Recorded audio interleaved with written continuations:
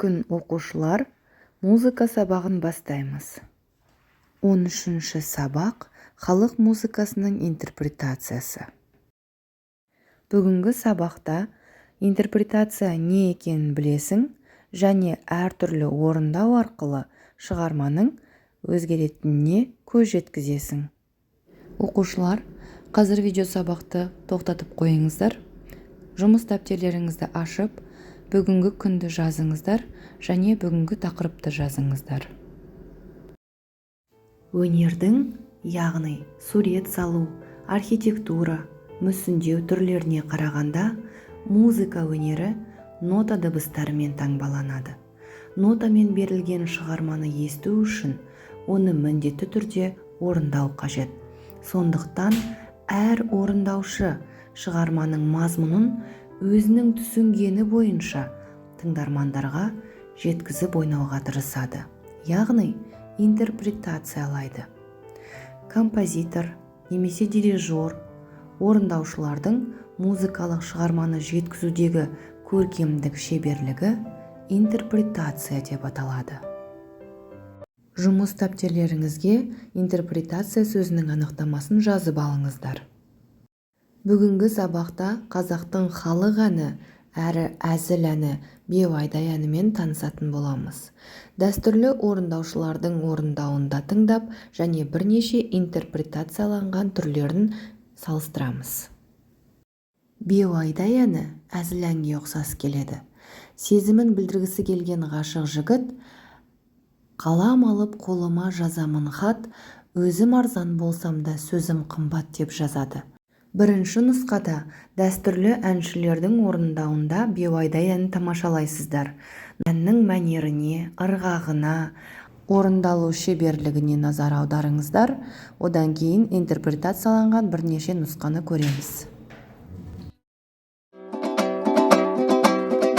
Қалам алып қолыма жазамын хат, өзім арзан болғанмен сөзім қымбат деп айдай. Бекер қарап отырған жараспайды, өлең сөзден бастайын, аз насихат деп айдай. Былтыр құлын биылдай, қолда жоқтың қиын-ай, ұстараның жүзінде аударылған дүние-ай. Жүруші едік той-тойлай, торғыны белбеу бір байлай, әді іздеп келген-ай, сөйлесейік аңғайлай.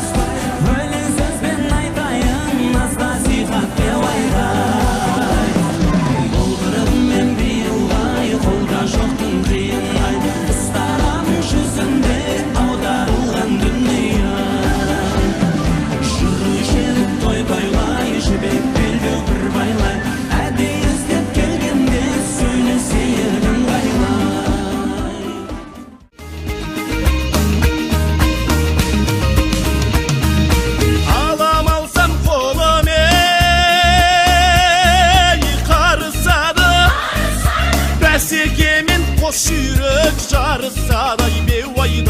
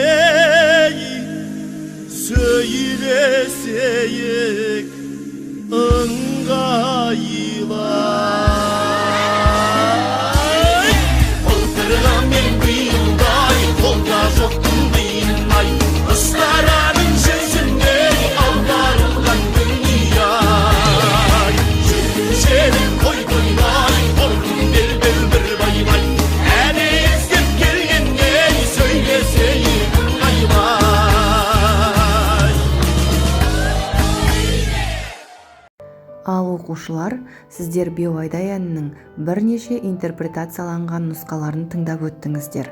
Алдыларыңызда кесте жазылған. Осы кестені жұмыс дәптерлеріңізге жазып, әр орындаушы топтардың ерекшеліктері, айырмашылықтарын, ұқсастықтарын, әндерді орындау барысында өзгерген айырмашылықтар бар ма, немесе ұқсастықтар бар ма, соны жазып өтулеріңіз керек. Бұл тапсырманы еш қиындықсыз орындайды деп сенемін. Осымен бүгінгі сабағымыз аяқталды. Келесі кездескенше сау болыңыздар.